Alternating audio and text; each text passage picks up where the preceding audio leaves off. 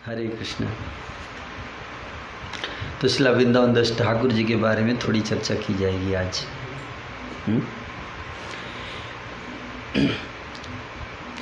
वेद व्यासो जयवासित दासो वृंदावनो धुना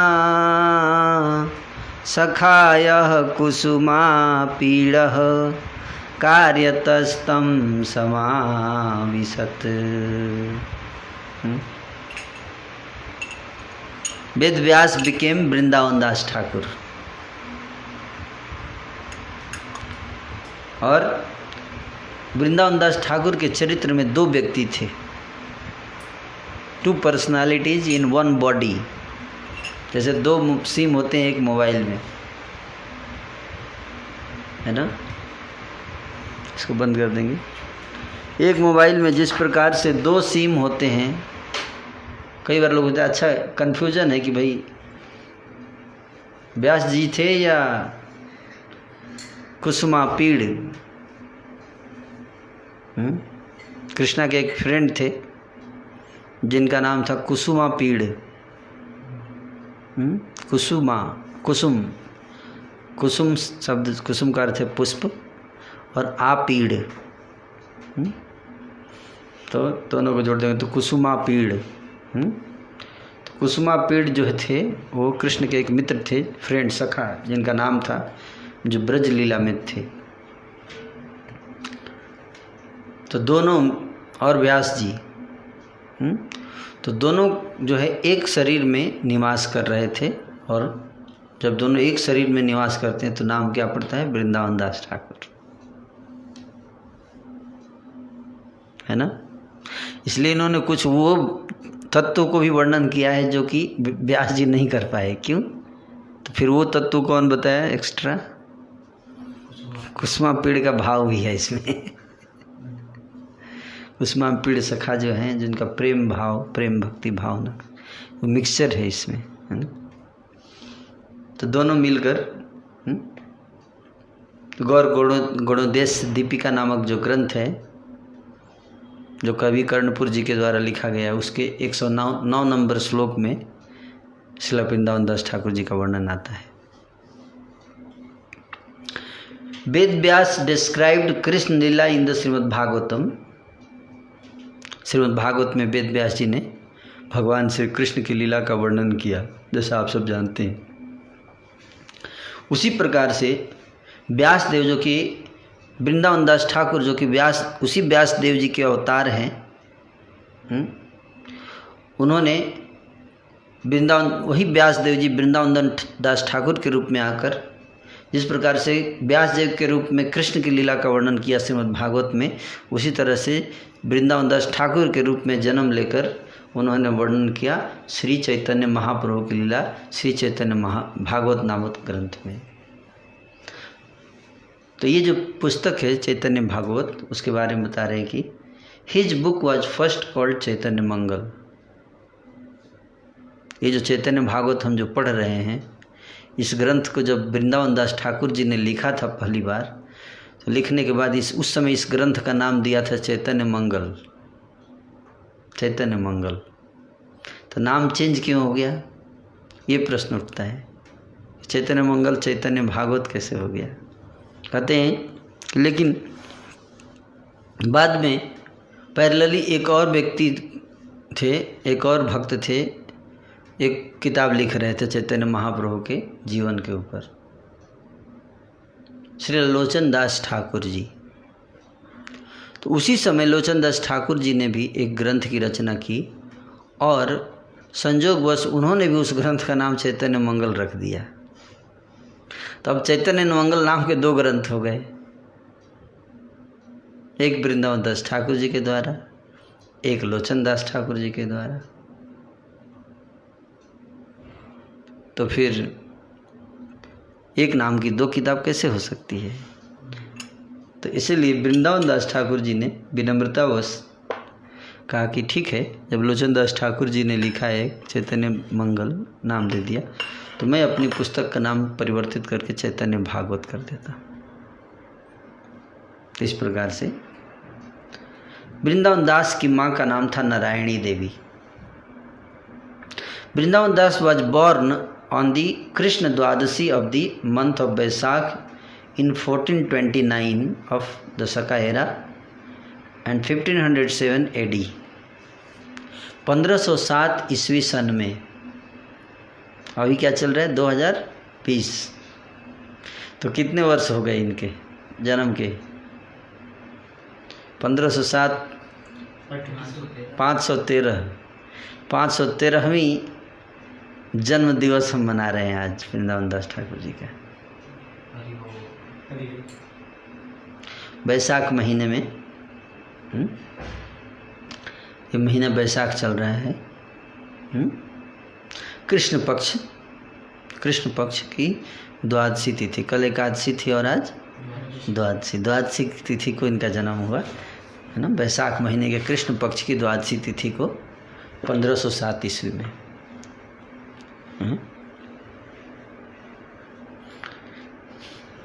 कहाँ जन्म हुआ? कुछ लोग कहते हैं इन्होंने अपने जन्म के बारे में कुछ नहीं बताया। सबसे आश्चर्य की बात है कि एक ऐसे संत हैं, कितने महान संत हैं।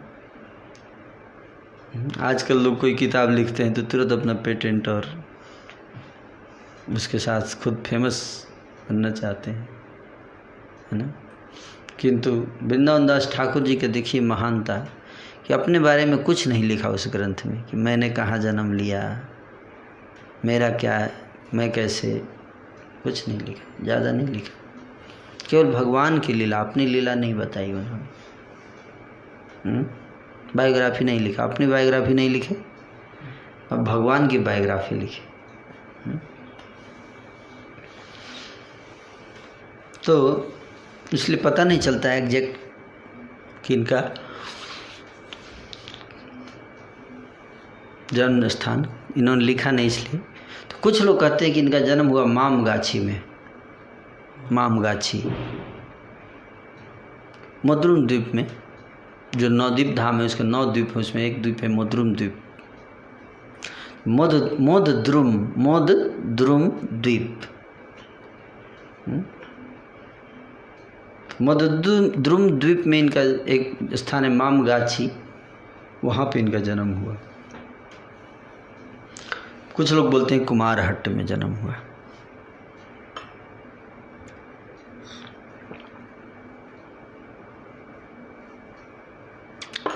इनके पिता का नाम था बैकुंठनाथ विप्र। तो पिता का नाम बैकुंठनाथ विप्र और माता का नाम नारायणी है ना।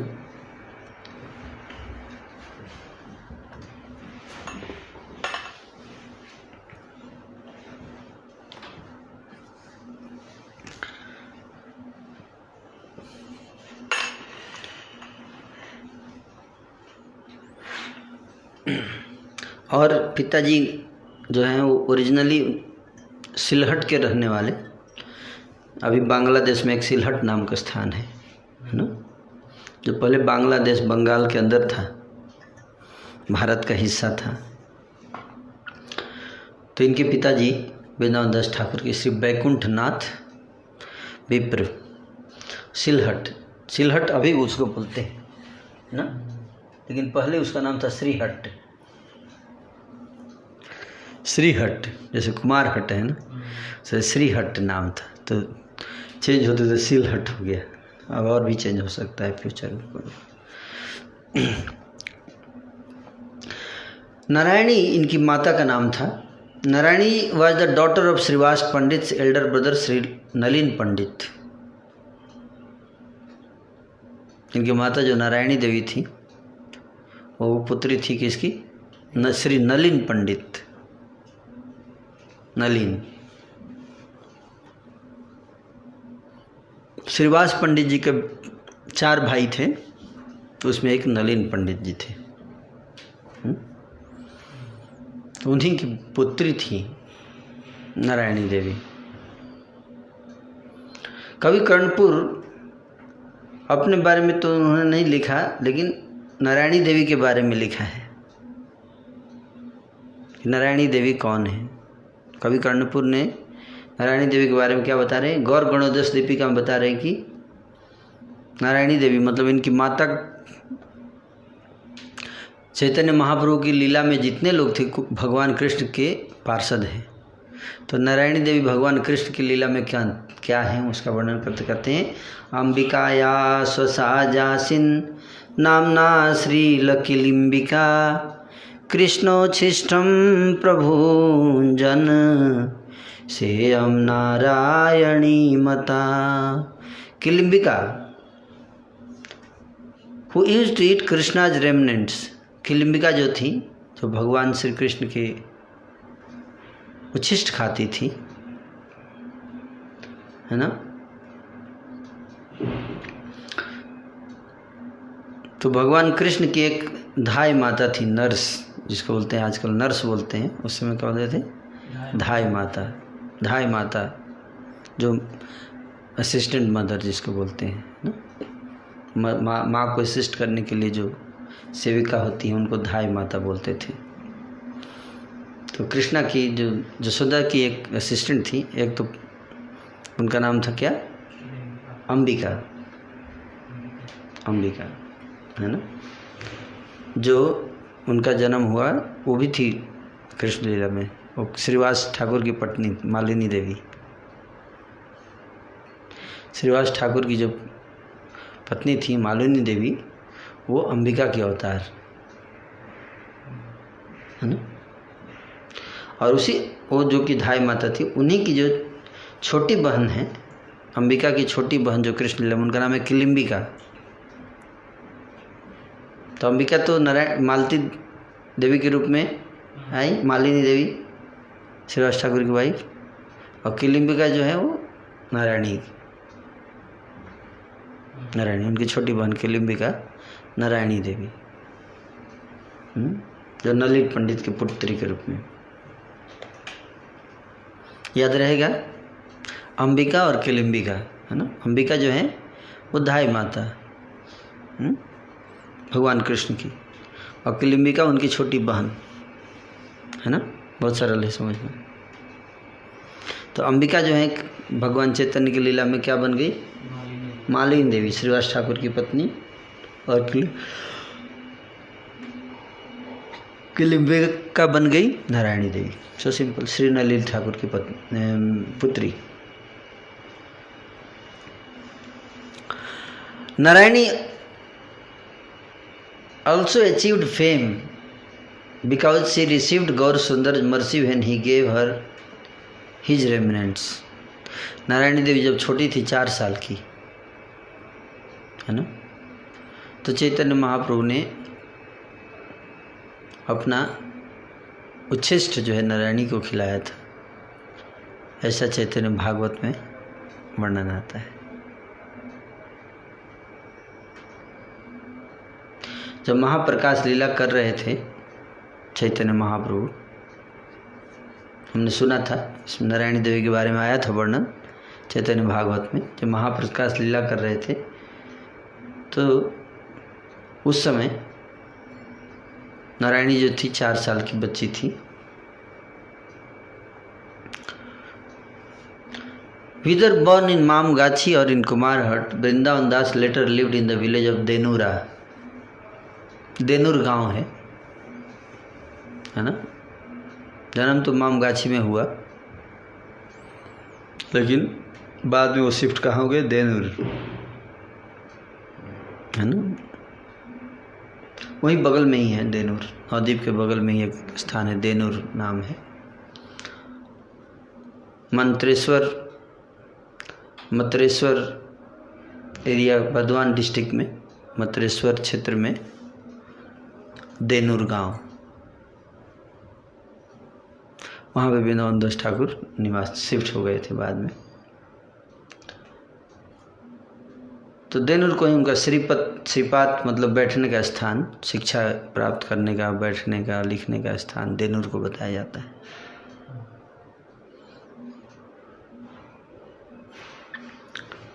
He spent some of his childhood with his mother in Mamgachi at the home of his maternal grandparents when Narayani was married. मामगाछी में ही बचपन बीता और नारायणी जी जो है उनका विवाह भी हुआ।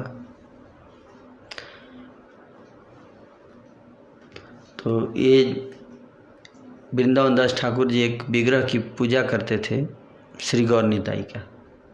वो विग्रह जो है आज भी रखा स्थित है, कहाँ पे? मामगाछी में।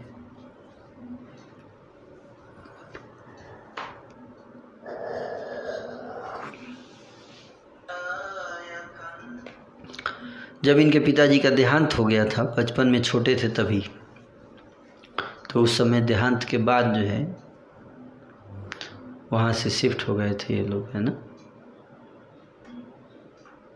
श्रीवास ठाकुर के घर में शिफ्ट हो गए थे।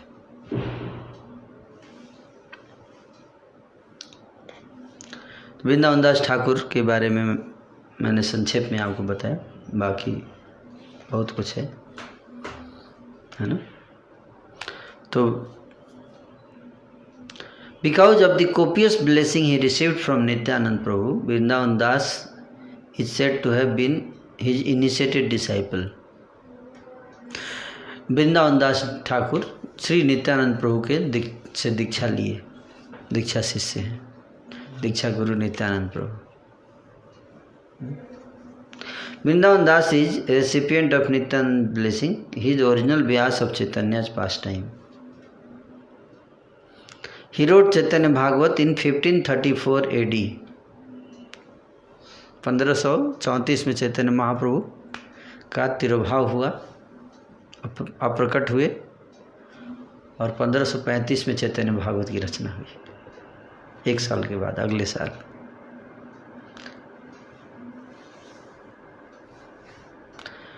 वृंदावन दास के बारे में चैतन्य चरितामृत के ग्रंथकर्ता श्री कृष्णदास कविराज गोस्वामी जी लिखते हैं चैतन्य चरितामृत नामक ग्रंथ में कि Vrindavan Das, the son of Narayani, wrote the Chaitanya Mangal. Ved Vyas described Krishna's life in Shrimad Bhagavatam, and Vrindavan Das is the Vyas of Chaitanya लीला.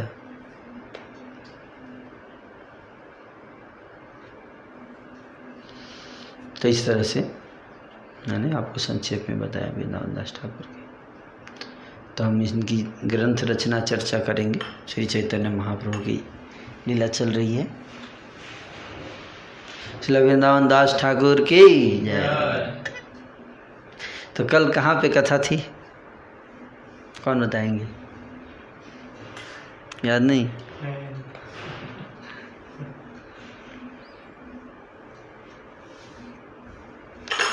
किसे श्री विग्रहेरा सौंदर्य मनोहारा, से रूपेरा उपमा से इसे कलेवरा.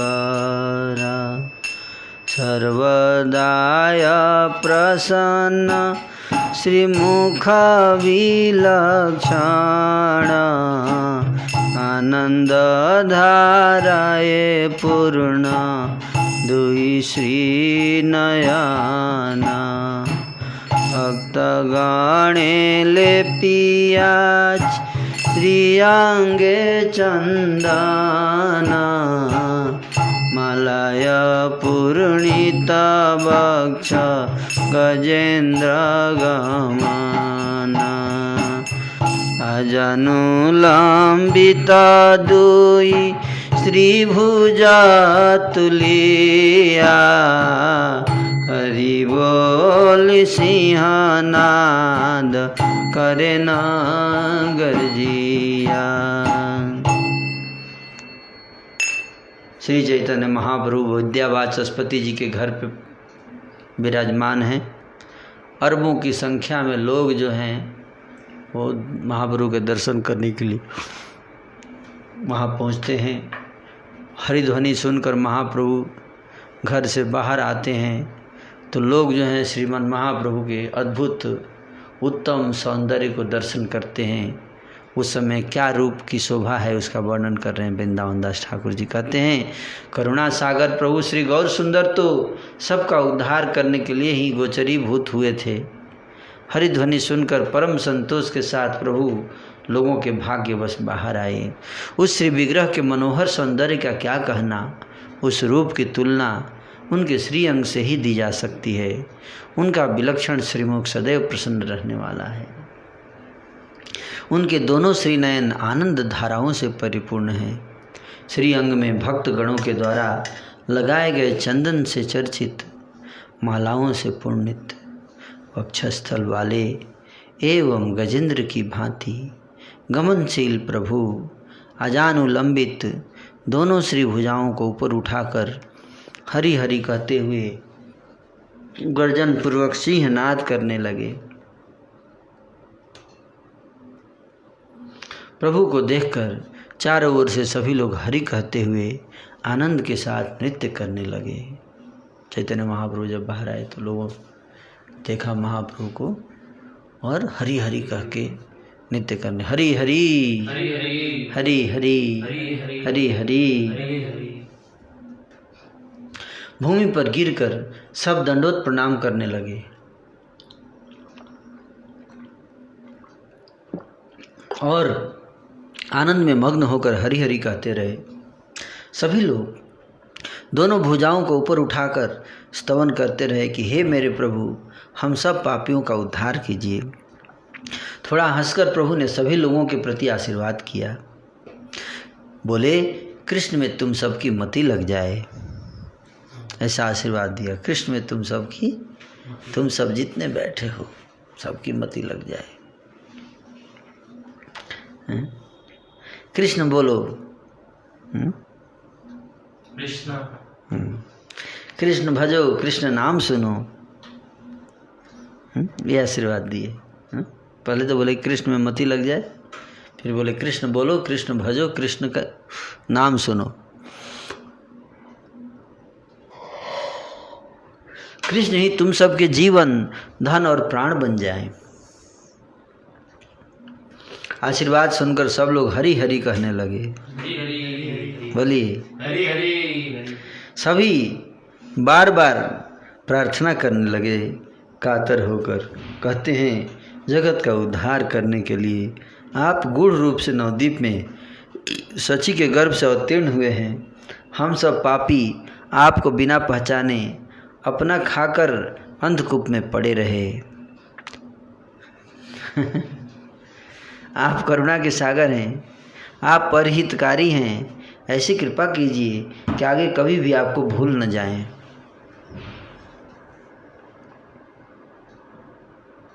आज का प्रसंग बहुत अद्भुत है, बहुत उत्तम प्रसंग है, इसलिए ध्यान से, भक्तों के लिए बहुत ही शिक्षाप्रद प्रसंग है। जो भक्ति में आगे बढ़ना चाहते हैं, भक्त गंभीरता से, उन भक्तों के लिए बहुत ही शिक्षाप्रद प्रसंग है आज का, है ना। इसलिए अंत तक रहिएगा, बहुत महत्वपूर्ण आज बात बताने जा रहे हैं। और स्वयं श्रीमन महाप्रभु के मुख से कुछ संदेश जो हमारी भक्ति को काफ़ी मजबूत कर सकते हैं, अगर उन संदेशों का पालन करेंगे तब, है ना। आज आवाज़ सुनाई दे रहा है? कल साउंड सिस्टम रोज़ अलग अलग रहता है, साउंड लेवल, यानी छोड़ सिस्टम तो ही रहता है, लेवल अलग अलग रहता है, यानी कल ठीक था, आज काफ़ी स्लो लग रहा है।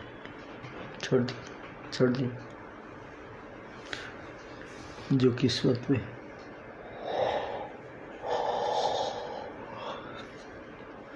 तो माइक भी लगा हुआ है, उसमें मेन आवाज़ तो इससे आ रही है। मैं समझ रहा हूँ, पर मेरे को दिक्कत हो रहा है ना बोलने में। अपनी आवाज़ तो सुनाई देना चाहिए प्रॉपर, नहीं तो। कहते हैं कि आप, हे प्रभु, हमें ऐसी कृपा कीजिए हमारे ऊपर कि आगे कभी भी आपको भूल न जाएं। इस प्रकार से सभी दिशाओं से लोग स्तवन कर रहे थे। गौरांग सुंदर ऐसे ही आनंद का वातावरण सृजित करते रहते हैं।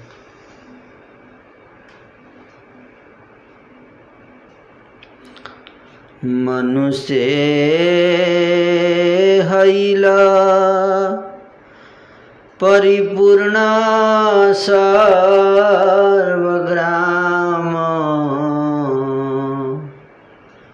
नगर चत्वर प्रांत रेव नाही स्थान। देखिते सवार पुनः आरती बाड़े, सहस्र सहस्र लोक एक वृक्ष चढ़े। संपूर्ण गांव मनुष्यों से परिपूर्ण हो गया।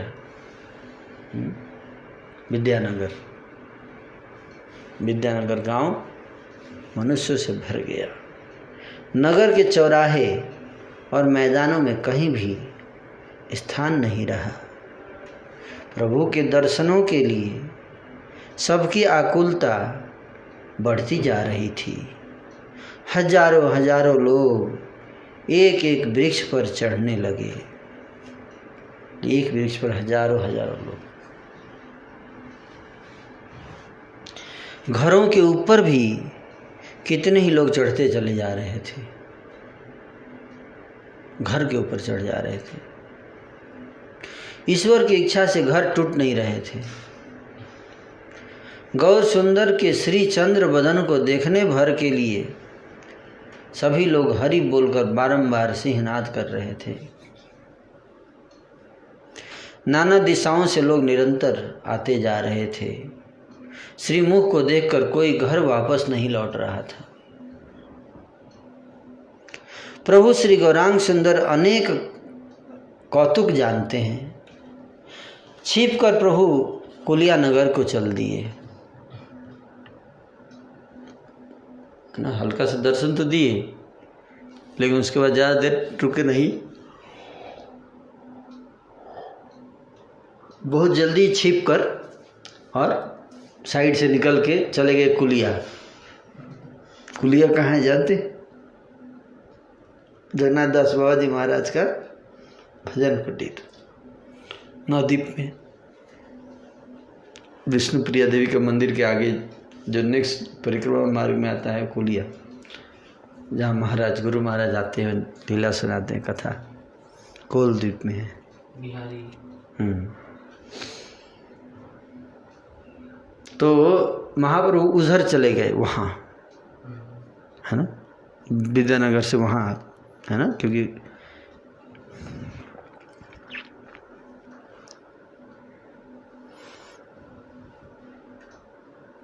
तो कुलिया के लिए निकल गए महाप्रभु, है ना। और उधर सभी लोग प्रभु को बिना देखे परम व्याकुल हो उठे। भगवान दर्शन दिए नहीं, इतने लालसा लेकर आए थे लोग, भगवान साइड से निकल गए, क्योंकि उनका उद्देश्य था अकेले में निर्जन में रहना और थोड़ा भजन करना।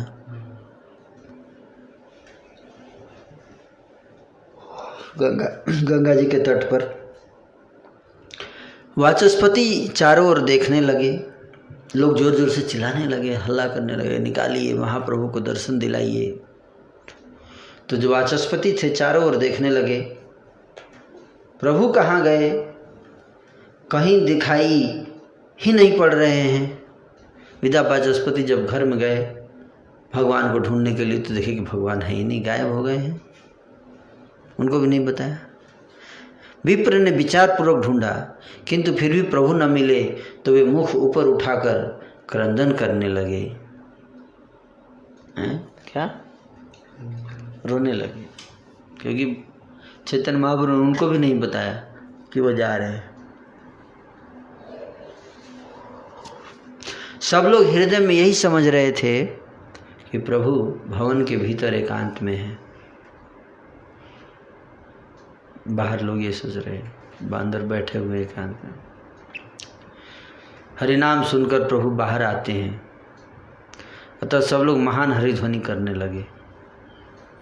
बोला कि भगवान आएंगे जब हम हरिनाम करते, इसलिए महाप्रभु बाहर आएंगे हरिनाम को सुनकर।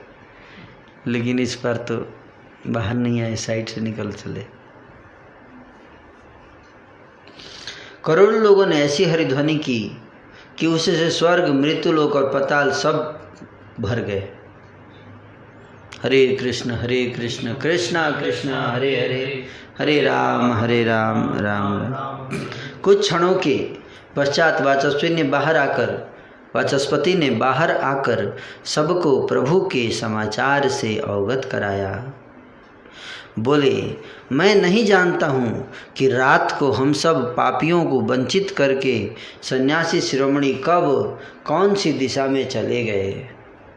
बोले, मुझे भी नहीं पता, रात में घर से निकल चुके हैं। हे भाइयों, मैं तुम सबके सामने सच कह रहा हूँ, मुझे नहीं पता कि चैतन्य कौन से गांव में चले गए।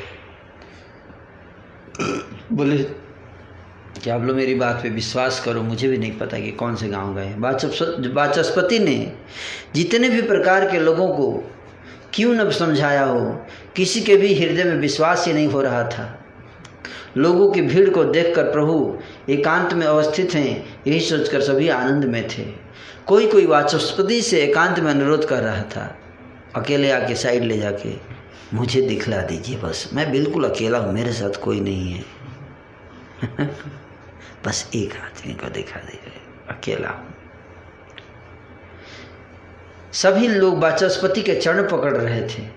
केवल एक बार नेत्रों से उनका दर्शन करेंगे, फिर हम सब आनंदित होकर घर चले जाएंगे। यह बात आप प्रभु के पास जाकर उन्हें बता दीजिए। बोल रहे थे कि अंदर जाके हम एक बार, ज़्यादा परेशान नहीं करें, केवल एक बार दर्शन करके अपने घर चले जाएंगे, जाके प्लीज एक बार ऐसा बता दीजिए। आपकी बात का उल्लंघन प्रभु कभी नहीं करेंगे। ऐसा कुछ कीजिए कि हम सब पापियों को प्रभु के दर्शन मिल जाएं। जितने भी प्रकार से वाचस्पति प्रबोधित क्यों न करते रहे, किसी के भी हृदय में कुछ विश्वास ही नहीं हो रहा था। वाचस्पति तो बता रहे थे बार बार कि नहीं, प्रभु तो चले गए, मैं क्या करूं, लेकिन कोई विश्वास नहीं कर रहा। सब लोग झूठ बोल रहे हैं, हम लोगों से छुपा के रखे हुए हैं अंदर, है ना। बहुत समय बीत जाने के बाद भी जब दर्शन नहीं मिले, तब वे लोग सब वाचस्पति को भी खरी खोटी सुनाने लगे। सन्यासी शिरोमणि को घर में छिपाकर वाचस्पति मिथ्या वचनों से हम सबको धोखा दे रहे हैं। क्या बोले? मिथ्या वचन से धोखा दे रहे हैं हम सबको।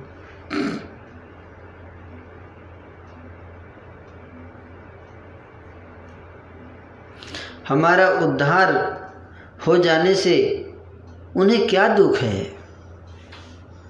लोग बोल रहे हैं हमारा उद्धार हो जाएगा तो आपको कोई समस्या है क्या? क्यों नहीं दर्शन करा रहे हो आप? केवल अपना उद्धार हो जाने पर इन्हें क्या सुख मिलेगा? कोई कहने लगा, सज्जनों का यही धर्म है कि वे दयावान होकर सबका उद्धार करते हैं। अपना भला हो यह सोच तो सामान्य जन की होती है। सज्जन अपने को छोड़कर दूसरों की रक्षा करता है। कोई बोला, व्यवहार में भी मिठाई लाकर समूह में अकेले खाना अपराध माना जाता है। क्या त्रिभुवन के भीतर इतने अनुपम मधुर को अकेले पी जाना उचित है? किसी ने कहा, विप्र के हृदय में कुछ कपट भाव दिख रहा है। हैं? किसके हृदय में? कौन विप्र? हैं? तब से बोल रहा हूँ ना, आपको पता ही नहीं है। विद्या वाचस्पति, बोलिए। विद्या वाचस्पति। हाँ बोलिए। विद्या वाचस्पति। हाँ वेरी गुड, फिर एक बार बोलिए। विद्या वाचस्पति। Very good.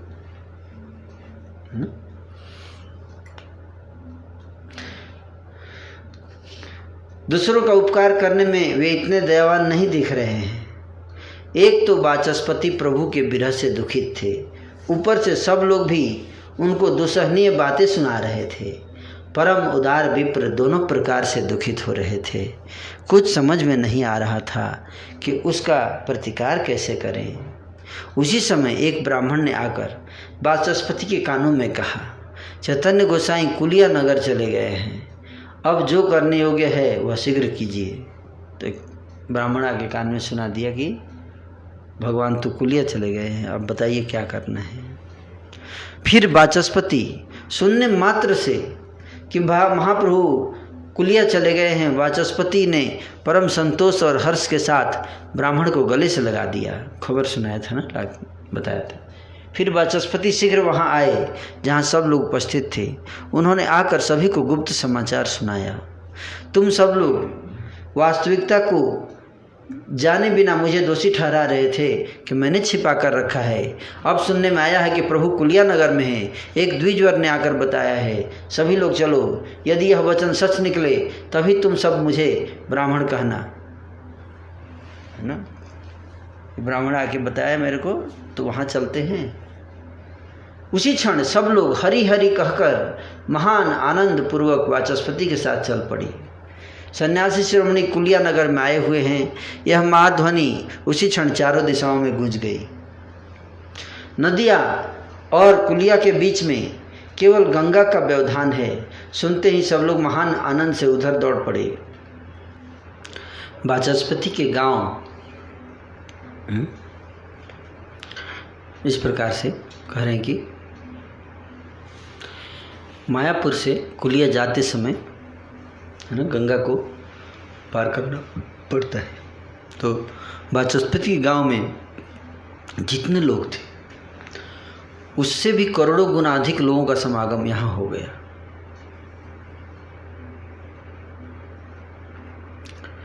कुलिया का आकर्षण अकथनीय है।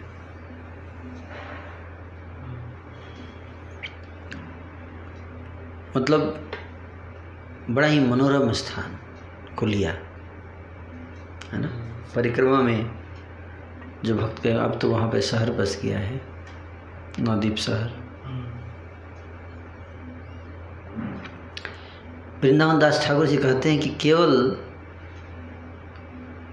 सहस्र बदन, मतलब 1000 मुखों वाले अनंत शेष ही कुलिया के महिमा का वर्णन कर सकने में समर्थ है।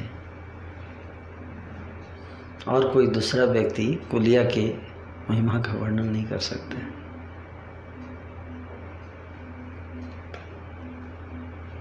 कहते कि लाखों लोग न जाने कहां से आ गए। इतना पॉपुलेशन था नहीं, लेकिन जब महाप्रभु के देखने की बात आती थी तो न जाने कहां से इतने लोग आ जाते थे।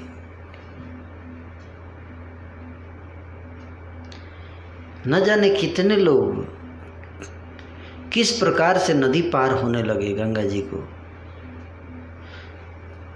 कितनी नौकाएं गंगा में डूबती जा रही थी, फिर भी सभी लोग पार पहुंच रहे थे, एक भी मरा नहीं। नाव डूब जाती थी। एक नाव करें कि नौका के डूबते ही गंगा स्थल में बदलती जाती थी। जैसे नाव जैसे ही डूबती थी तो वहाँ जमीन हो जाता था, पानी खत्म।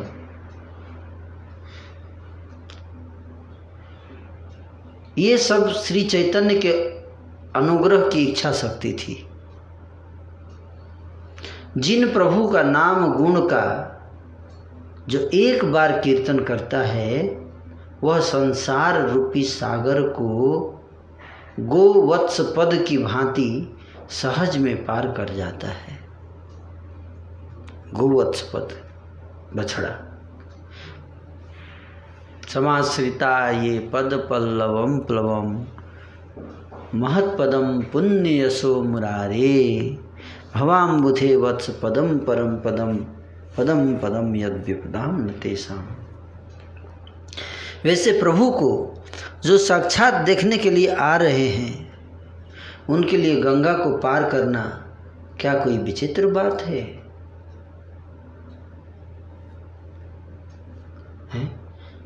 कहने का अर्थ ये है कि जिन लोगों को ये सौभाग्य प्राप्त हो रहा था चैतन्य महाप्रभु के साक्षात दर्शन करने का, तो साधारण लोग नहीं थे। उनके योग सिद्धियां होंगी, उनकी इच्छा मात्र से बड़े बड़े कार्य हो जाते हैं, है ना। उस सौभाग्य को प्राप्त किया था।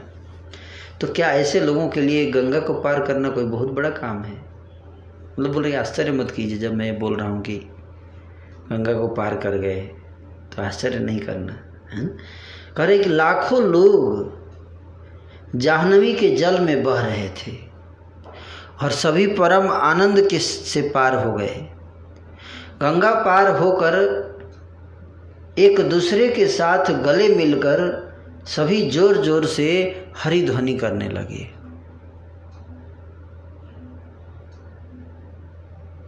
माझी ने भी बहुत कमाया।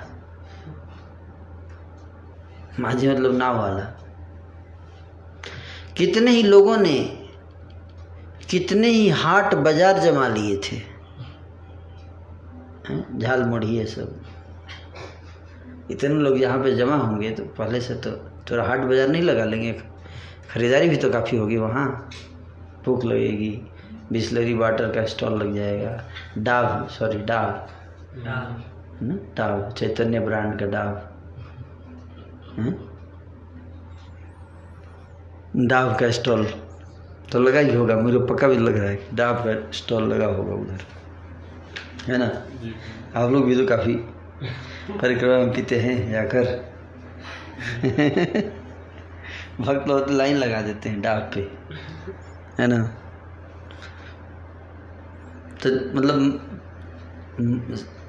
मार्केट जमा दिया लोगों ने। कुछ लोग तो अपना खरीदारी बिक्री भी शुरू कर दिए हैं। चारों ओर जिनकी जो इच्छा हो रही थी वह वही खरीद रहा था। कोई नहीं जान सका कि ये सब कौन थे।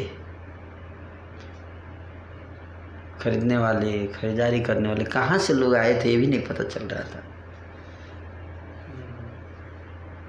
एक क्षण में ग्राम, नगर और प्रांत सब भर गए। कोई भी स्थान खाली नहीं था। कहाँ की बात चल रही? कुलिया। हाँ, कुलिया।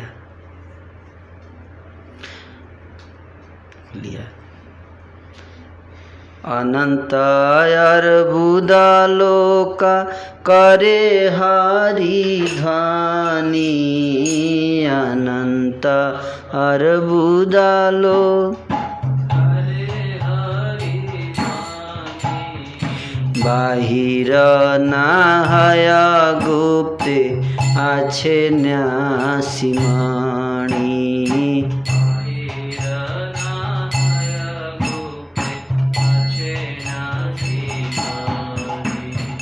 क्षणे के आइला महा शक्ति वाचस्पति। क्षणे के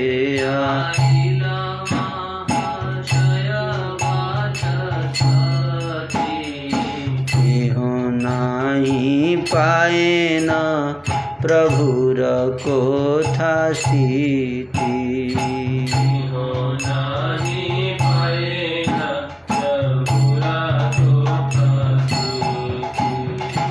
कत क्षणे तथि वाचस्पति एकेश्वर।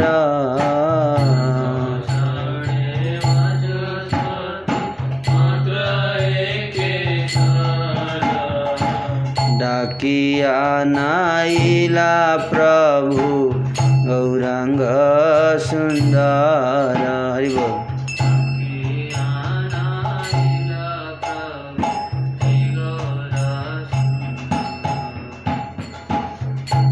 देखी मात्र प्रभु विशारदेरानंदन। मत बजाओ, थोड़ा गाओ।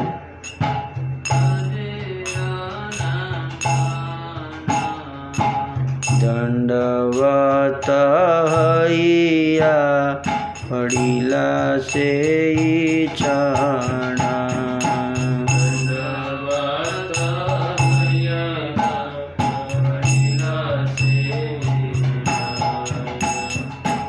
चैतन्य अवतार वर्णिया वर्णिया। चैतन्य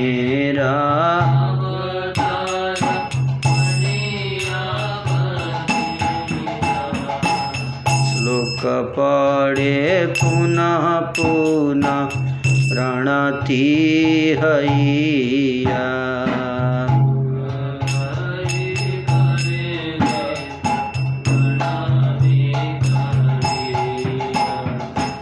संसार उधार लागी जे चैतन्य रूपे सदा उधार लागी जे चैतन्य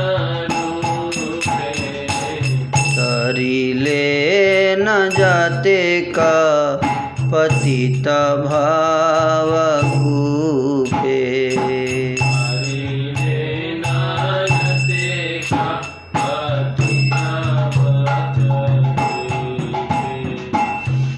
गौरा सुंदर कृपा समुद्रेर प्राय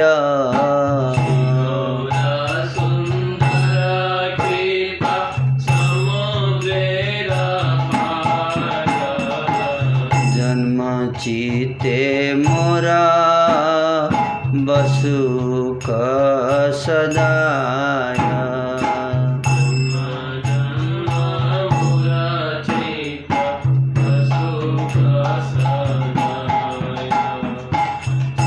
संसार सागरे मग्न जगत देखिया संसार सागरे मग्न जगत देखिया निरवधि वर्षे प्रेम कृपायुक्त हैया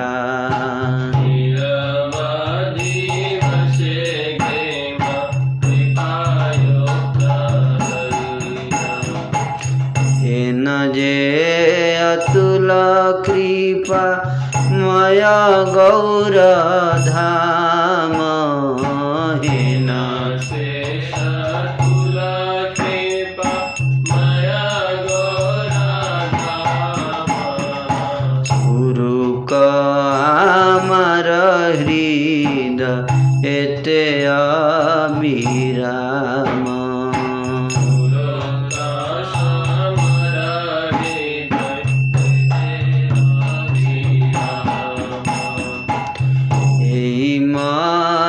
श्लोक पढ़ी करे विप्रस्तुति माते श्लोक पढ़ी करे विप्रस्तुति पुनः पुनः दंडवत है वाचस्पति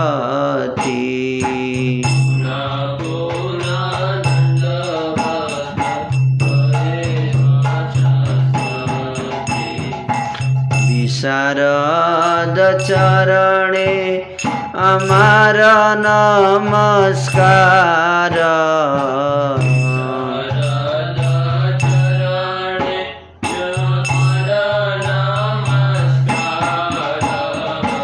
सार्वभौम वाचस्पति नंदन जार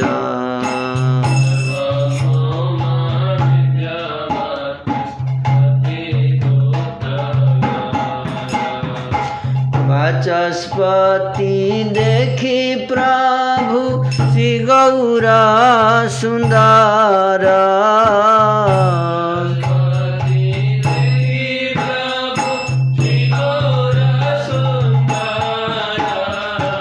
कृपा दृष्टि करिबारे बोलिला उतारा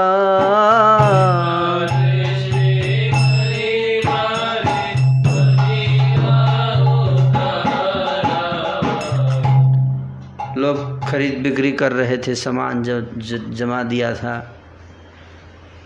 कोई समझ नहीं पाया कि लोग कहाँ से आए, इतने सारे लोग।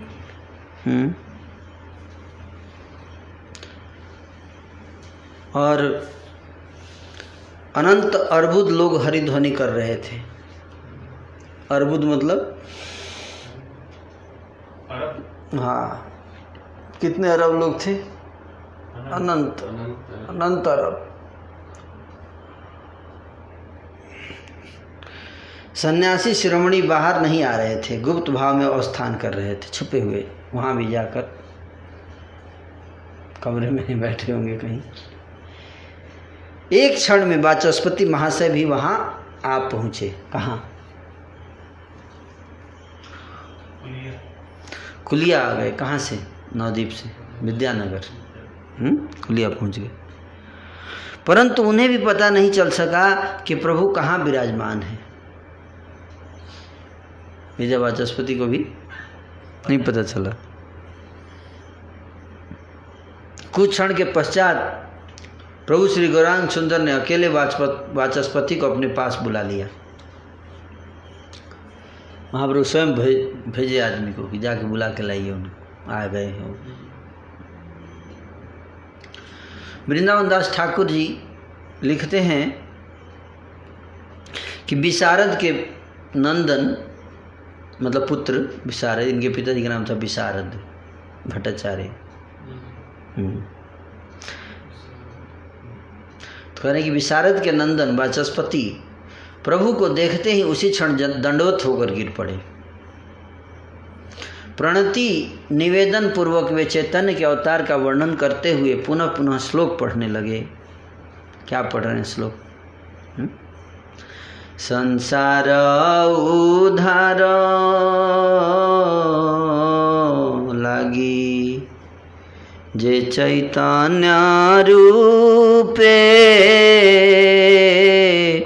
तारिले न जते पतित भवकूपे। श्री गौर सुंदर कृपा समुद्रेर प्राय जन्म जन्म चित्त मोर बसुक सदा। संसार सागरे मग्न जगत देखिया निरवधि बरसे प्रेम कृपायुक्त होइया। हे न जे अतुला कृपा मय गौर धाम पुरक आमार हृदय एते अभिराम। एई मत श्लोक पढ़ी करे विप्रस्तुति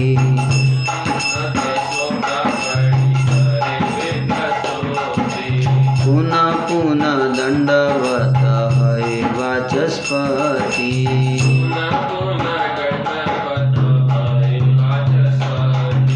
विशारद चरणे अमर नमस्कार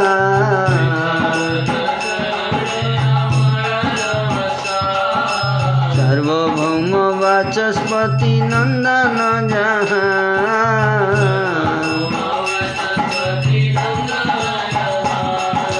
वाचस्पति देखी प्रभु श्री गौर सुंदर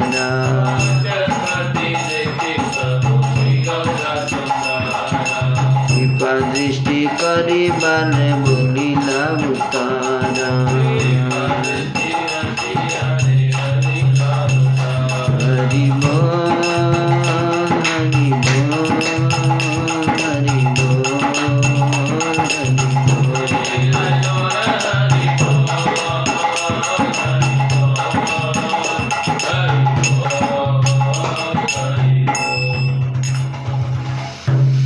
कहते हैं कि विशारद के नंदन वाचस्पति प्रभु को देखते ही उसी क्षण दंडवत होकर गिर पड़े।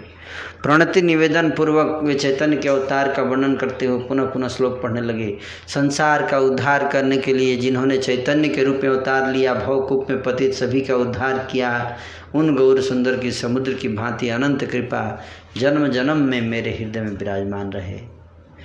संसार सागर में मग्न जगत को देखकर प्रभु निरवधि कृपायुक्त होकर प्रेम बरसाते हैं। इस प्रकार का अतुलनीय कृपामय गौर धाम मेरे हृदय में निरंतर स्फुरित होता रहे। इस प्रकार से श्लोक पढ़कर ब्राह्मण वाचस्पति फिर से पुनः पुनः दंडवत प्रणाम और स्तुति करते रहे।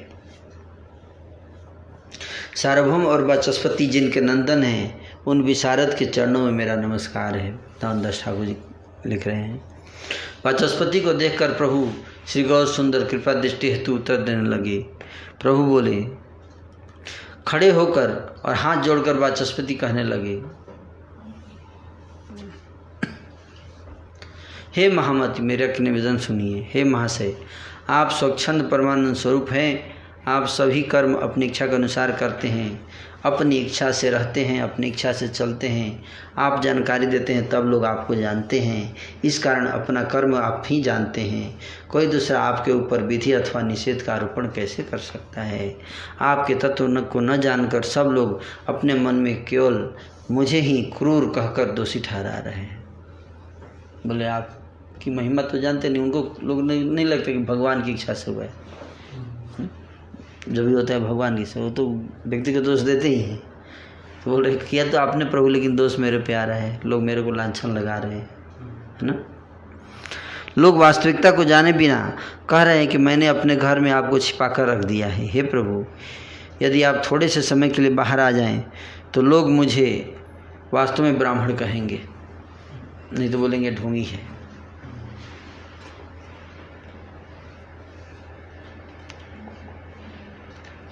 ब्राह्मण के वचन सुनकर प्रभु हंसने लगे और उनकी इच्छा का पालन करके तत्काल चल दिए। महाप्रभु निकल गए। कहाँ, किसके लिए? हाँ, वेरी गुड, लोगों को दर्शन देने के लिए निकल गए। जैसे ही महाप्रभु बाहर निकले, उन्हें देख सभी आनंद के सागर में मग्न हो गए। चारों दिशाओं से लोग दंडवत प्रणति निवेदन करने लगे। जिसको जैसा स्फुरण हो रहा था वो उसी प्रकार से स्तुति कर रहा था। अनंत अर्बुद लोग हरि हरि ध्वनि करने लगे। हरि हरि हरि हरि हरि हरि हरि हरि हरि। Very good. हरि करने से हमारे सारे पाप दूर हो जाते हैं, है ना, पाप दूर हो जाते हैं। हजारों हजारों कीर्तनिया संप्रदाय जगह जगह पर परम आनंदित होकर कीर्तन कर रहे थे। हजार संप्रदाय, हजार ग्रुप थे कीर्तन के। सन्यासी श्रवणी ने दिन रात की कृष्ण नाम ध्वनि के परम आनंद से संपूर्ण भुवन को भर दिया। ब्रह्मलोक, शिवलोक आदि जितने भी लोक हैं, वहाँ के निवासी जिस सुख के लेस मात्र कण से शोक मुक्त हैं, जोगिंद्र मुनिंद्र जिस सुख के लेस मात्र से मत हैं, कृष्ण ने सन्यासी के वेश में उसी सुख को पृथ्वी पर प्रकाशित कर दिया है। हरे कृष्णा कृष्णा कृष्णा हरे हरे, हरे राम राम राम हरे हरे। इस प्रकार से सर्वशक्तिमान भगवान को जो पापिष्ठ मायावश अप्रमाणित मानता है, उसका जन्म कर्म विद्या ब्राह्मण आचार सब मिथ्या है। मतलब अगर कोई चैतन्य महाप्रभु को भगवान न मान के उनको साधारण व्यक्ति समझे तो उसका सब कुछ व्यर्थ हो जाएगा। वह पापी सबसे अधिक हीन है।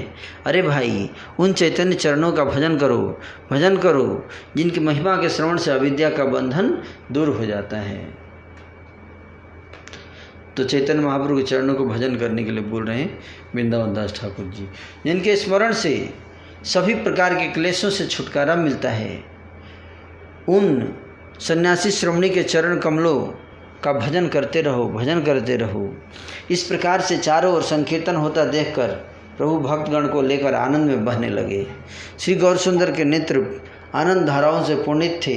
ऐसा लग रहा था जैसे गंगा का जल चारों ओर बह रहा हो। हरे कृष्णा कृष्णा कृष्णा हरे हरे, हरे राम राम राम हरे हरे। परम आनंद सुख से संकीर्तन आनंद बिह्वल अवतार प्रभु को बाहरी शुद्धभूत का ज्ञान नहीं रहा। अपने सामने प्रभु ने जिस संप्रदाय को देखा उसी में ही वे परम आनंद सुख से नृत्य करने लगे और वे सब संप्रदाय अपने आप को कृतार्थ समझने लगे। श्री गौर सुंदर इस प्रकार से रंग करते रहे। नित्यानंद राय बिह्वल अवधूतों में अग्रणी थे। वे कभी प्रभु को पकड़कर उन्हें नृत्य करवाते रहे और कभी वे स्वयं उनके संग नृत्य करते रहे। अपने प्रेम के आनंद में प्रभु स्वयं ही बिह्वल हो रहे थे। कौन? नित्यानंद प्रभु भी नाच रहे हैं, कभी महाप्रभु के साथ नाच रहे हैं, कभी महाप्रभु को हेल्प कर रहे हैं। सिंहनाद पूर्वक महाप्रभु नृत्य कर रहे थे। सिंहनाद मतलब बताइए।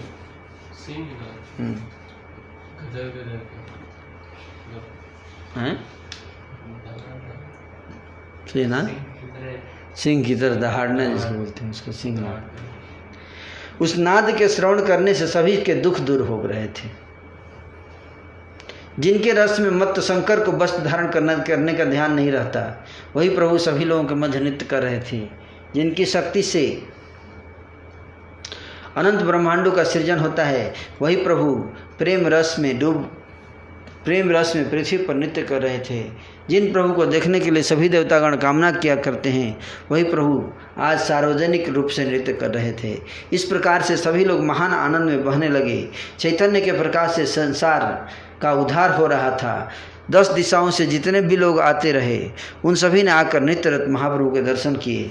प्रेम रस में विभोल प्रभु को बाहरी शुद्ध दूध का ज्ञान नहीं था। उन्हें देख सभी लोग सुख सागर में बहने लगे।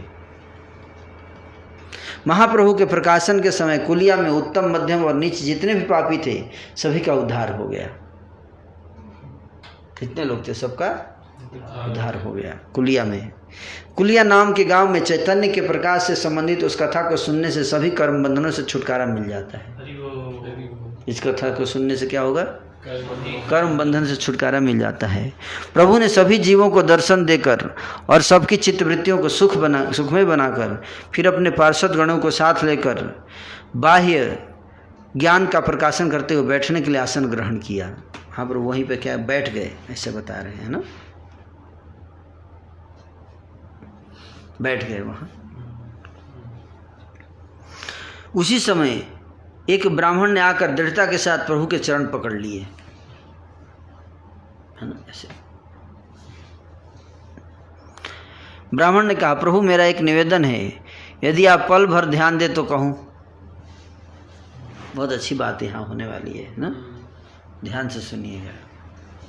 बहुत उत्तम बात चर्चा है, बहुत उत्तम चर्चा हम सब भक्तों के लिए हैं।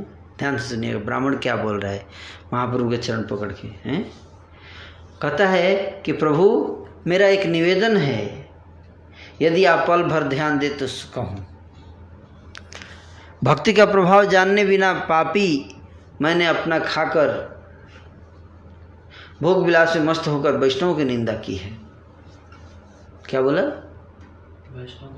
वैष्णव की मैंने निंदा की है, भोग विलास में लिप्त होकर।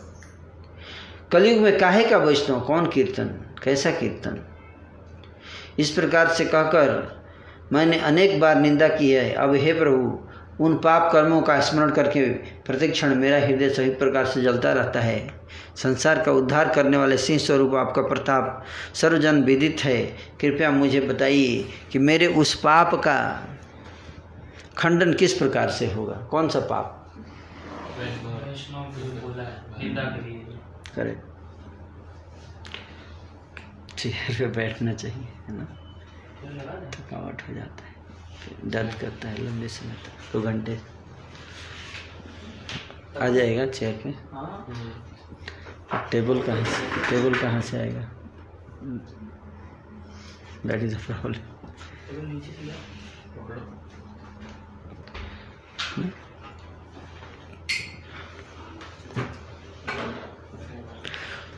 ओके, तो आवाज़ मत कीजिए।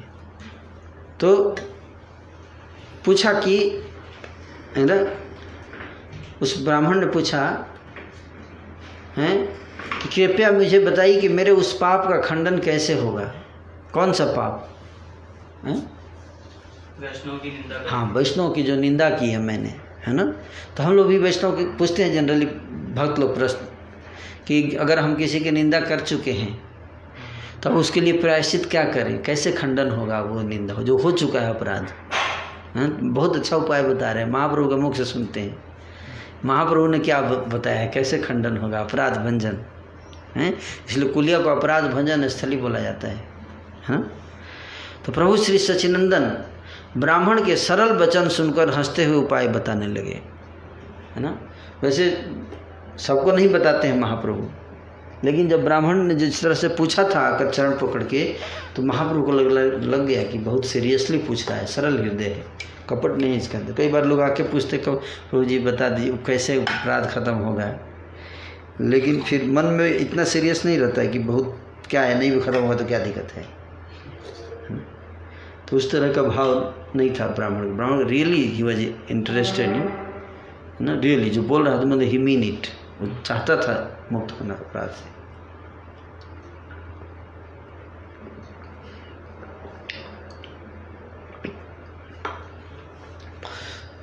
तो चैतन्य महाप्रभु क्या उपाय देते हैं, है ना।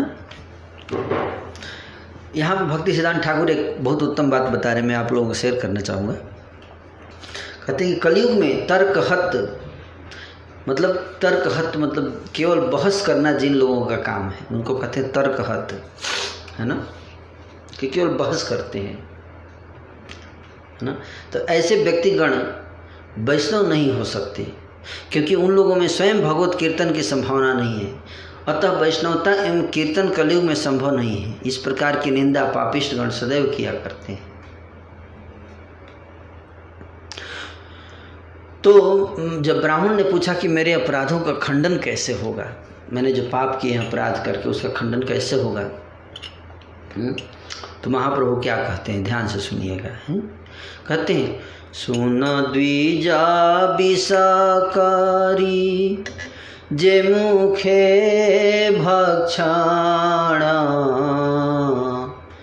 सेई मुखे करी जाबे अमृता ग्रहण विषहाया जीर्णा देह हाय ताया मार अमृता प्रभावे एवे सुन से उतर। कहते हैं कि ब्राह्मण सुनो, जिस मुख से विष भक्षण किया जाता है उसी मुख से जब कोई व्यक्ति अमृत ग्रहण करता है तो अमृत के प्रभाव से विष हजम हो जाता है और देह अमर हो जाती है। अब उत्तर सुनिए, कितना सुंदर उदाहरण दे रहे हैं कि अगर कोई व्यक्ति किसी मुंह से विष खा रहा है तो उसी मुंह से उसको फिर अगर उस विष के प्रभाव को नष्ट करना है तो उसी मुख से उसको अमृत भी पाना पड़ेगा। जस्ट 2 मिनट हैं, 1 मिनट हम लोग टेबल चेयर पे शिफ्ट करने वाले हैं। कहते हैं कि सुनो ब्राह्मण, जिस मुख से विष भक्षण किया जाता है ना, जिस मुख से विष भक्षण किया जाता है उसी मुख से जब कोई व्यक्ति अमृत ग्रहण करता है तो अमृत के प्रभाव से विष पच जाता है, हजम हो जाता है। क्या समझे बताइए?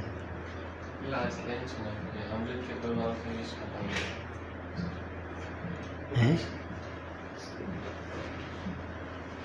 हाँ, जिस मुंह से व्यक्ति विष भक्षण करता है, जिस मुंह से, उसी मुंह से जब कोई व्यक्ति अमृत ग्रहण करता है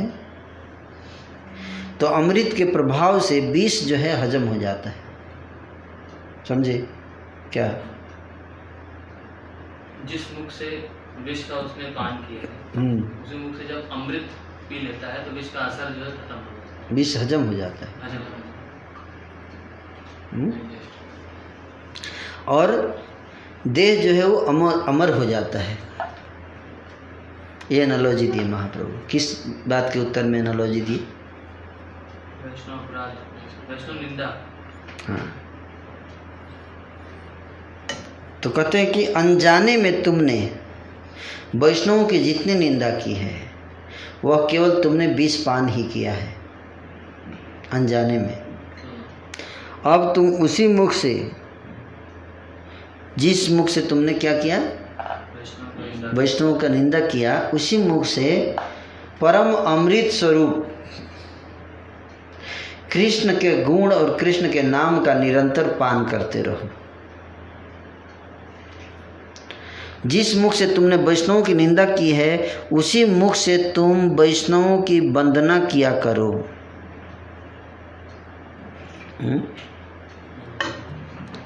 क्या किया करो? वैष्णवों की वंदना किया करो, है ना। तो कहते कि जिस मुख से तुमने वैष्णवों की निंदा की है उसी मुख से तुम वैष्णवों की वंदना किया करो। तो वैष्णव की वंदना करने के लिए महाप्रभु बोल रहे हैं, अगर हमने निंदा किया है तो उसी मुँह से हमें जब वैष्णव की वंदना करेंगे तो हमारे अपराध जो हैं वो समाप्त हो जाएंगे। सबसे अधिक भक्तों की महिमा का वर्णन करते हुए, सबसे अधिक भक्तों की महिमा का वर्णन करते हुए तुम अपनी संगीत और कवित्व की प्रतिभा का अनुशीलन किया करो। संगीत और कवित्व दोनों।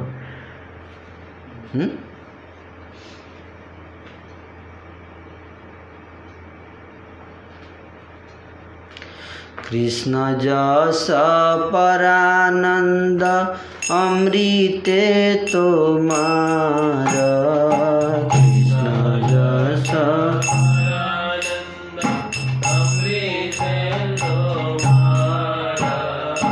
निंदा विसजत सब करीब संहार,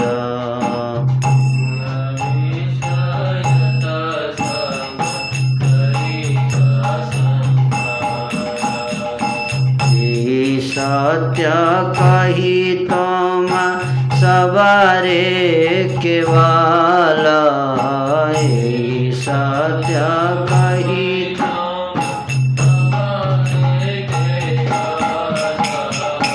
न जानिया निंदा जेवा करिल सकल,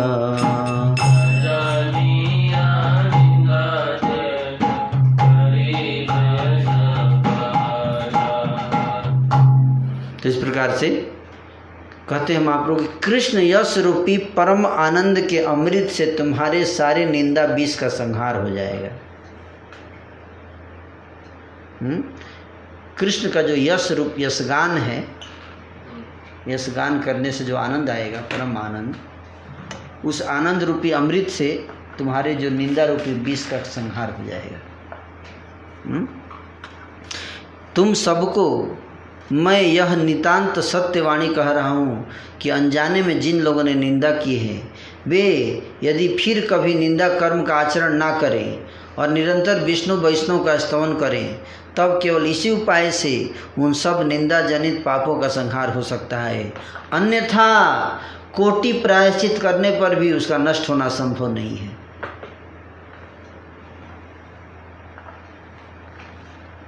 तो सबसे पहले क्या बताया कि फिर कभी निंदा कर्म का आचरण ना करें। सबसे पहले यानी कि स्तुति किए, भगवान का यशगान किया, फिर से कर दिए निंदा, है ना, तो फिर नहीं होगा। तो बोल रहे कि बंद करना, पहले तो निंदा बंद करना पड़ेगा हमेशा के लिए, और फिर विष्णु वैष्णव का स्तवन करना, है ना। नहीं तो कोटि प्रायश्चित, करोड़ों प्रायश्चित करने पर भी अपराध नष्ट नहीं होंगे। जाओ ब्राह्मण, जाकर भक्तों की महिमा का वर्णन करो, ऐसा करने से तुम्हारे सब पापों से तुम्हारी मुक्ति हो जाएगी। भक्तों की महिमा का वर्णन करने से। प्रभु के श्रीमुख से उच्चारित उन वचनों को सुनकर सभी वैष्णव आनंद के साथ जय जयकार और हरिध्वनि करने लगे। यही निंदा रूपी पातक के श्रेष्ठ प्रायश्चित है, यही निंदा रूपी पातक के श्रेष्ठ प्रायश्चित हैं। श्री गौर सुंदर अवतार ने यही कहा है। समझ में आ गया निंदा का क्या प्रायश्चित है, बताइए। सबसे पहले निंदा करना है, स्टॉप।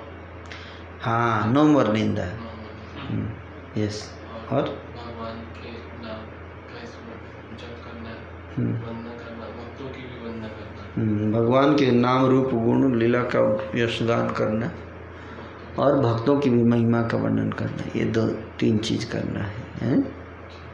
Very good. जो प्रभु की इस आज्ञा को नहीं मानकर साधु जनों की निंदा करते हैं, वे सब पापीगण दुख के सागर में बहते रहते हैं। जो व्यक्ति वेदों के सार स्वरूप इस आज्ञा को मानते हैं, वे सुखपूर्वक भव सिंधु को पार कर जाते हैं। तो जो वेदों की इस आज्ञा को मानते हैं वो सुखपूर्वक भव सिंधु को पार कर जाते हैं, जो नहीं मानते हैं वो दुख के सागर में बहते रहते हैं। जो मानेंगे वो पार कर जाएंगे भव सागर को।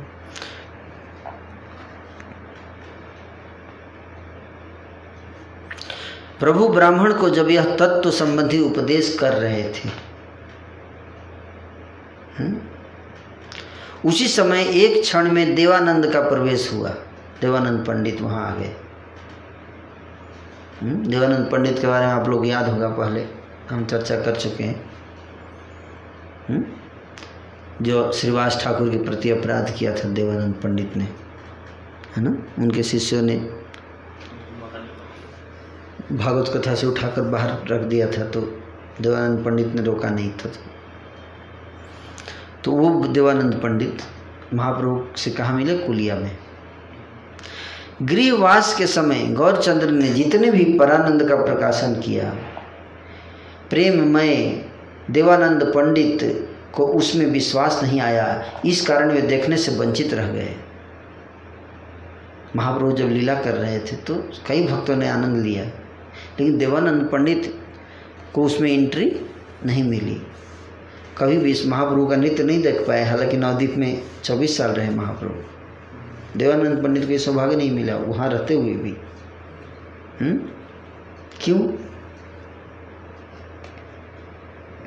क्यों ये सौभाग्य नहीं मिला? क्योंकि वो महाप्रभु में विश्वास नहीं किए, फेथ नहीं था उनका। फेथ बहुत इम्पोर्टेंट है ना, विश्वास। इस कारण से वे देखने से वंचित रह गए, क्योंकि महाप्रभु में उनका विश्वास नहीं था। पर देखने की योग्यता तो उनमें है, फिर क्यों नहीं देख सके? यह कृष्ण ही जानते हैं। ठाकुर जब संन्यास ग्रहण करके प्रस्थान कर गए, तब उनके सौभाग्य से वक्रेश्वर उनसे आ मिले। जब चैतन्य महाप्रभु नवद्वीप से पुरी चले गए, तो उसी समय उस नवद्वीप में आए वक्रेश्वर पंडित पीछे से। और वक्रेश्वर पंडित रुके कहाँ? देवानंद पंडित के घर पे। वही बता रहे हैं, है ना, कि वक्रेश्वर पंडित जी उनसे आके मिले और उनके घर पे रुके। चैतन्य की कृपा से नृत्य आरंभ करने मात्र से वक्रेश्वर के शरीर में अश्रु, कंप, स्वेद, हास्य, पुलक, हुंकार, वैवर्ण्य, आनंद, मूर्छा आदि जितने भी भक्ति विकार हैं, सब आकर एकत्रित हो जाते थे चैतन्य महाप्रभु की कृपा से। जब वक्रेश्वर पंडित हरिनाम सुनते थे तो अष्ट सात्विक विकार प्रकट होते थे। वक्रेश्वर पंडित नाचते थे, 72 घंटे नाचते थे लगातार। रिकॉर्ड है 72 घंटे, 72 आवर्स डांसिंग का रिकॉर्ड, लगातार कंटिन्यूअस महाप्रभु की लीला में। तो कहते हैं कि बकेश्वर पंडित के उद्दाम विकारों के बारे में सब कुछ वर्णन करने की शक्ति किसमें है? तो दैव योग से देवानंद पंडित के भक्ति भाव के बशवर्ती होकर बकेश्वर प्रेम रस के आनंद में उनके आश्रम में ठहर गए। बकेश्वर पंडित जब आए तो कहाँ ठहरे? देवानंद पंडित के आश्रम में। ये उनका सौभाग्य हो गया, है ना। त्रिभुवन में अतुलनीय एवं विष्णु भक्ति के आश्रय उनके तेज पुंज कलेवर को देखकर देवानंद पंडित परम आनंदित मन से निष्कपट होकर प्रेम भाव से बकरेश्वर पंडित की सेवा करने लगे। देवानंद पंडित का सौभाग्य था कि क्या करने लगे? बकरेश्वर पंडित की सेवा करने लगे बड़े प्रेम भाव से, है ना। बकरेश्वर पंडित जब तक नाचते, देवानंद पंडित तब तक हाथ में छड़ी लेकर घूमते रहते थे। वे अपने आप सब लोगों को एक तरफ करते रहते और बकरेश्वर के गिर जाने पर अपने आप उन्हें गोद में उठा लेते। बेहोश हो जाते थे ना कई बार, तो चोट न लगे इसके लिए गोद में पकड़ लेते थे देवानंद पंडित। उनके अंग की धूलि को वे बड़े भक्ति भाव से अपने सारे अंग में लपेट लेते। कौन? देवानंद पंडित, यस। उनके संग रहकर, उनका प्रकाश देखकर तभी देवानंद पंडित के हृदय में प्रभु श्री चैतन्य के प्रति विश्वास का जन्म हुआ। देखिए, वैष्णव सेवा के फल के बारे में पुराण में जो वर्णन किया गया है, उसी बात का साध यहाँ विराजमान है। वहाँ जब बात किए उनसे उनके साथ रहे तो उनका वैष्णव सेवा हो गया ना। किसका वैष्णव? वक्रेश्वर पंडित जी वैष्णव, उनकी सेवा किए, है ना। तो उसी बात का साथ यहाँ विद्यमान है। देवानंद पंडित जन्म से ही धार्मिक थे, उदासीन थे और ज्ञानवान थे, तीनों चीज़ थी। भागवत के अध्यापक के अतिरिक्त और किसी काम में उनकी रुचि नहीं थी, केवल भागवत पढ़ाते थे बस। मतलब कि भागवत का ज्ञान था उनको। वे शांत थे, दांत थे, जितेंद्रिय थे और विषय में अनासक्त तो थे ही, और भी न जाने कितने गुण उनमें वर्तमान थे। किसमें? देवानंद पंडित जी में। फिर भी गौरचंद्र में उनका विश्वास नहीं जन्मा। सब गुण था लेकिन गौरांग महाप्रभु में विश्वास नहीं करते थे। बड़ा इंपॉर्टेंट है। वक्रेश्वर की कृपा से उस कुबुद्धि का विनाश हुआ। वक्रेश्वर प्रभु ने कृपा किया किसके ऊपर? देवानंद पंडित जी के ऊपर, है ना। वैष्णव समाज कृष्ण सेवा से भी श्रेष्ठ है। वैष्णव सेवा कृष्ण सेवा से भी श्रेष्ठ है। भागवत आदि सब शास्त्रों में दृढ़ रूप से इस बात की स्थापना की गई है।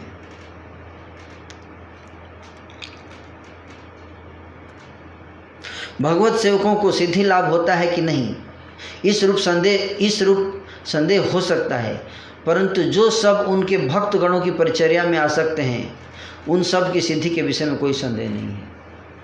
मतलब अगर कोई व्यक्ति भगवान की सेवा कर रहा है तो हो सकता है कि उसको सिद्धि प्राप्त ना हो, लेकिन अगर कोई व्यक्ति उनके भक्तों की सेवा कर रहा है तो उसके सिद्धि लाभ की 100% गारंटी। इस कारण वैष्णव सेवा ही कृष्ण को पाने का परम उपाय है। भक्तों की सेवा करने से सबको ही कृष्ण की प्राप्ति होती है। कृष्ण सेवा उनके कईयों को फल की प्राप्ति, कृष्ण सेवा करके कईयों को फल की प्राप्ति नहीं होती है, किंतु कृष्ण भक्त की सेवा करने से कृष्ण की प्राप्ति अनिवार्य है। कृष्ण सेवा करने से हो सकता है कि कृष्ण की प्राप्ति ना हो, लेकिन कृष्ण के भक्त की सेवा करेगा कोई तो कृष्ण प्राप्ति अनिवार्य है, कंपलसरी। जो कोई भी श्री वक्रेश्वर पंडित की सेवा क्यों न करे, उनके चरणों में भक्ति रहने से वे भक्तों के भक्त निश्चय ही कृष्ण प्रेम को प्राप्त करने के अधिकारी होंगे। वक्रेश्वर के शरीर में कृष्ण का अवस्थान है, इस कारण वक्रेश्वर के नृत्य के साथ साथ कृष्ण का भी उल्लास सहित नृत्य होता रहता है। वक्रेश्वर जहाँ रहते हैं वह स्थान सभी तीर्थों से बढ़कर एवं वैकुंठ स्वरूप है। वक्रेश्वर पंडित जहाँ भी रहेंगे। वक्रेश्वर पंडित के संग के प्रभाव के कारण देवानंद पंडित भी अनुराग के साथ गौरचंद्र के दर्शन को चले। बताया होगा महाप्रभु के बारे में, तो फेथ आ गया। भगवान श्री गौरचंद्र आसन पर विराजमान थे। उसी समय देवानंद पंडित आकर सामने उपस्थित हुए। दंडवत प्रणाम निवेदन पूर्वक देवानंद पंडित संकोच के साथ एक तरफ खड़े हो गए। प्रभु भी उन्हें देखकर संतुष्ट हुए और एकांत में उन्हें साथ लेकर बैठे। पहले उनके जो कुछ भी अपराध थे उन सभी अपराधों को क्षमा करके प्रभु ने उन पर कृपा की। प्रभु ने कहा, तुमने जो वक्रेश्वर पंडित की सेवा की है इसी कारण तुम मेरे गोचर में आए हो। वक्रेश्वर पंडित प्रभु की पूर्ण शक्ति हैं, जो उनकी सेवा करते उन्हें कृष्ण की प्राप्ति हो जाती है। वक्रेश्वर का हृदय कृष्ण का अपना घर है। वक्रेश्वर जब नृत्य करते हैं तब कृष्ण का नृत्य होता है। जिस किसी भी स्थान पर वक्रेश्वर के संग क्यों न हो वह स्थान श्री वैकुंठ में सर्वतीर्थ स्वरूप हो जाता है। प्रभु के वचन सुनकर विप्र देवानंद हाथ जोड़कर स्तुति करने लगे। क्या करने लगे? हाथ जोड़कर स्तुति करने लगे।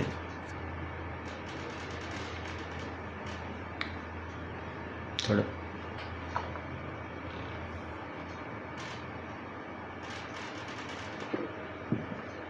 क्या स्तुति कर रहे हैं?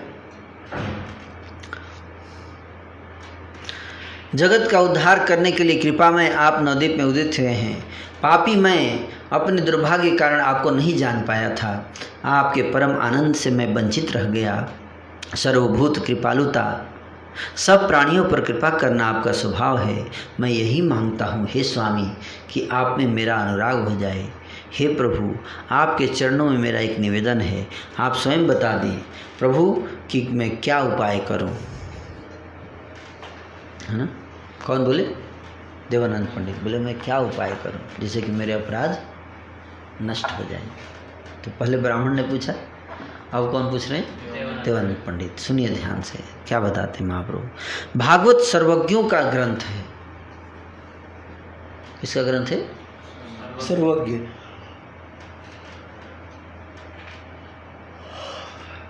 सर्वज्ञ मतलब वो लोग जो सब कुछ जानते हैं, वही भागवत को समझ सकते हैं।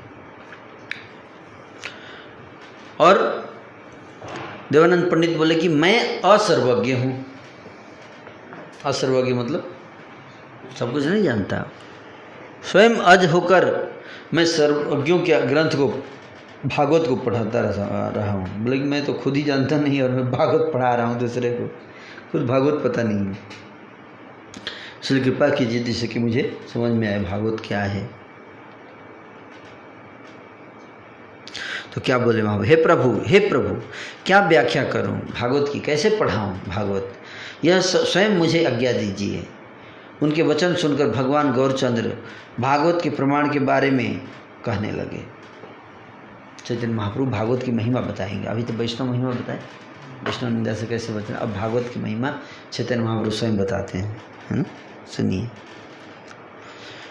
सुन विप्र भागवते एई बाखानी बा, सुन विप्र भागवते एई बाखानी बा, इति बिना आर किछु के नाही बा।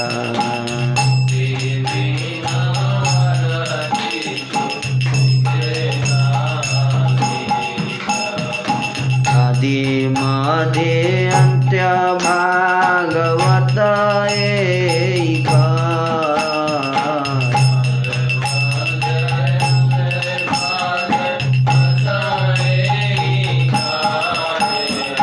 विष्णु भक्ति नित्य सिद्ध अक्षय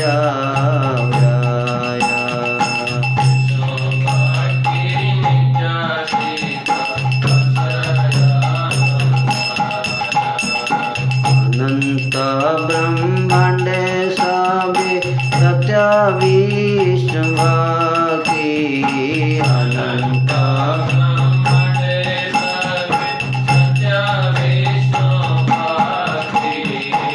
महाप्रलय वार हके पूर्ण सखी,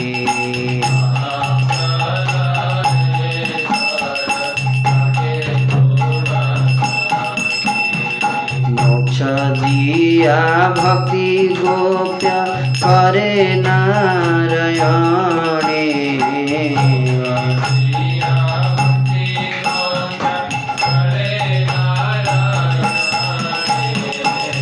न भक्ति न जाने कृष्णेर कृपा बिने,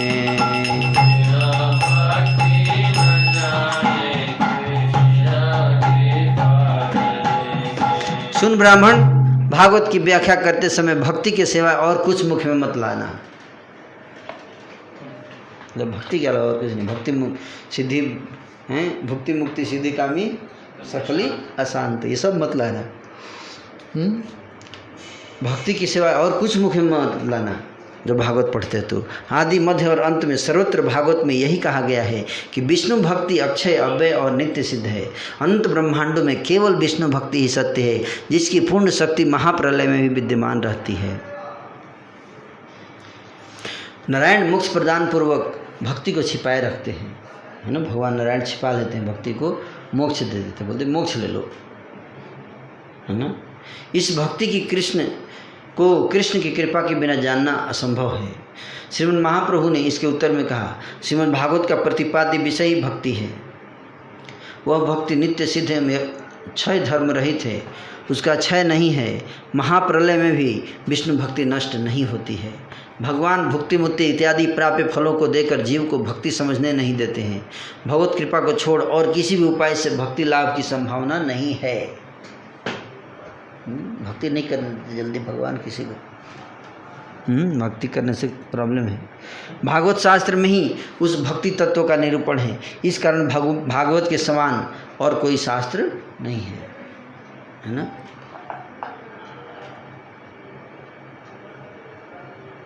जिस प्रकार से भगवान के मत्स्य कुर्म आदि सब अवतारों का आविर्भाव और तिरुभाव होता है, उसी प्रकार भागवत का भी होता है। भागवत जी किसी की बनाई हुई नहीं है। जैसे अवतार होते हैं भगवान के, अवतार, आविर्भाव और तिरुभाव, उसी तरह से भागवत का भी क्या होता है, आविर्भाव और तिरुभाव। भागवत जी किसी की बनाई हुई नहीं है, उनका भी आविर्भाव और तिरुभाव अपने आप होता रहता है ना। भागवत का भी अपने आप आविर्भाव तिरुभाव जैसे भगवान का होता है। कृष्ण की कृपा से भक्ति योग की अवस्था में व्यास की जिह्वा पर भागवत स्फूर्ति को प्राप्त हुआ। श्रीमद् भागवत ग्रंथ नित्य काल से विराजमान है। काल काल में लुप्त होने पर भी श्री व्यास की जिह्वा में और लेखनी में भगवत कृपा से वह अवतीर्ण होता है। ईश्वर यम के द्वारा दंडित होने योग्य मर्त्य निर्विचार के बोधगम्य नहीं है। जिस प्रकार से ईश्वर का तत्व समझ में नहीं आता है, भागवत भी वैसा ही है। सभी शास्त्र इस बात की कीर्तन करते हैं। भागवत को समझता हूँ, भागवत को समझता हूँ, भागवत को समझता हूँ। ऐसा ज्ञान जिनमें है, उन्हें भागवत के प्रमाण के बारे में पता ही नहीं है। जो व्यक्ति बोले कि मैं भागवत समझ गया, इसका मतलब अज्ञानी है वो, है ना। समझ जाएगा तो कभी ऐसा नहीं बोलेगा, है ना। सभी शास्त्र इसी बात का कीर्तन करते हैं। भागवत को समझता हूँ, ऐसा ज्ञान जिनमें है, उन्हें भागवत के प्रमाण के बारे में पता ही नहीं चल है। अज्ञ होकर जो भागवत की शरण में आता है, उन्हें भागवत अर्थ का दर्शन होता है ना। क्या बोल रहे हैं कि अपने को अज्ञ विनम्र मानते हुए जो भागवत की शरण में आता है, तो भागवत के अर्थ का उसको दर्शन प्राप्त होता है। वेद शास्त्र और पुराण आदि का कीर्तन करके भी वेद व्यास का चित्त अशांत रह गया था। जब श्री भागवत की जिह्वा पर स्मरण हुआ, तब जाकर उनकी चित्त वृत्ति प्रसन्न हुई। ऐसा ग्रंथ पढ़कर भी कोई कोई व्यक्ति संकट में फंस चुका है। सुनो ब्राह्मण, यह मैं तुमसे निष्कपट भाव से कह रहा हूँ। भागवत व्याख्या करते समय तुम आदि मध्य और अंत में सभी प्रकार से केवल भक्ति योग की ही व्याख्या करना। ऐसा करने से तुम्हारा और अपराध नहीं होगा और तथा तुम तत्काल हृदय में प्रसन्नता का अनुभव करोगे भागवत को याद करने से। सभी शास्त्र कृष्ण भक्ति की कथा का ही कीर्तन करते हैं। विशेष रूप से श्रीमद् भागवत तो संपूर्णतया कृष्ण रसमय है। चलो तुम जाकर अध्यापन कार्य करो और पढ़ाते समय सबको इन कृष्ण भक्ति रूप अमृत के बारे में समझाते रहना। प्रभु के वचन सुनकर देवानंद पंडित ने इसे अपना सौभाग्य मानकर प्रभु को दंडवत प्रणाम किया। प्रभु के चरणों का तन मन से ध्यान करते हुए बिस्तर प्रणति निवेदन पूर्वक भी पर चल पड़े। सुलाकर, है ना, उनको सुलाकर महाप्रभु को रेस्ट करा के चले गए। समझ में आ रहा है? भागवत के संबंध में सभी के प्रति भगवान श्री गौर सुंदर ने यही उपदेश प्रदान किया है। भागवत का आख्यान भक्ति योग मात्र ही है। भक्ति योग के अतिरिक्त भागवत आदि मध्य और अंत में कहीं भी कुछ और नहीं समझाती है। शुरू से लेकर अंत तक केवल भक्ति का वर्णन हुआ है श्रीमद् भागवत में। भक्ति का आख्यान न करके जो व्यक्ति भागवत पढ़ाते हैं, वे वृथा वचनों को खर्च करते हैं और अपराधी बन जाते हैं। भगवान मूर्तिमान भक्ति रस मात्र हैं। जो कृष्ण का प्रिय पात्र होता है, उसी की समझ में यह बात आती है। भागवत ग्रंथ भी जिनके घर में रहता है, वहाँ किसी प्रकार का भी अमंगल प्रवेश नहीं करता। जिसके घर में भागवत रहता है, भागवत का पूजन करने से कृष्ण का पूजन होता है। भागवत का पठन और श्रवण भक्तिमय है। केवल 2 स्थानों पर भागवत का नाम सुनाई देता है। एक ग्रंथ भागवत और दूसरा कृष्ण कृपा पात्र भागवत। 2 प्रकार के भागवत, एक ग्रंथ भागवत और एक भक्त भागवत हैं। एक भक्त भागवत बड़ा भक्त भागवत शास्त्र। जो नित्य प्रति भागवत का पूजन पठन श्रवण और दर्शन करेंगे, वे सचमुच ही भागवत जैसे हो जाएंगे। कोई इस दुष्कृतिवान इस प्रकार की भागवत पढ़कर भी बिना तत्व को जान नित्यानंद की निंदा करता है। इसलिए प्रभुपाद जी ने किस पे तात्पर्य लिखा? भागवत पे लिखा, क्योंकि महाप्रभु इसको बहुत जोर दिए हैं, है ना।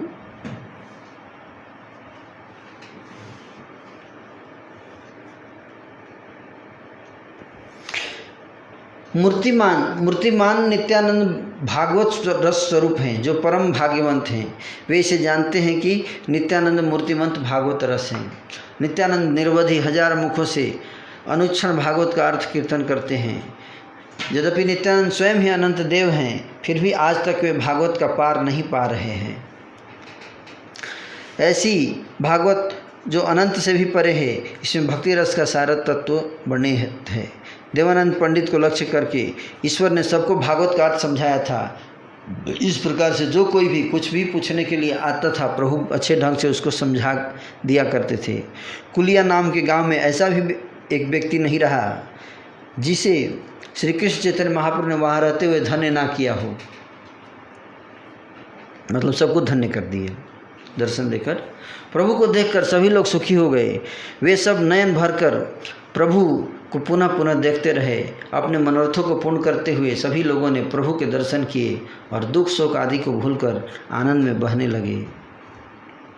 जो व्यक्ति हर्ष के साथ इन सब विलासों के बारे में सुनते हैं, उन सभी लोगों को श्री चैतन्य का संग प्राप्त होता है। हरि बोल। उनका जन्म जहाँ तहाँ कहीं भी क्यों न हो, उन सब का श्रेष्ठ कल्याण ही होता है। कृष्ण यह सुनने से कभी बुरा अमंगल नहीं होता है। श्री कृष्ण चैतन्य और नित्यानंद चंद्र जिनके जीवन हैं, वे वृंदावन दास उनके जुगल चरणों में उनकी महिमा का कीर्तन करते हैं।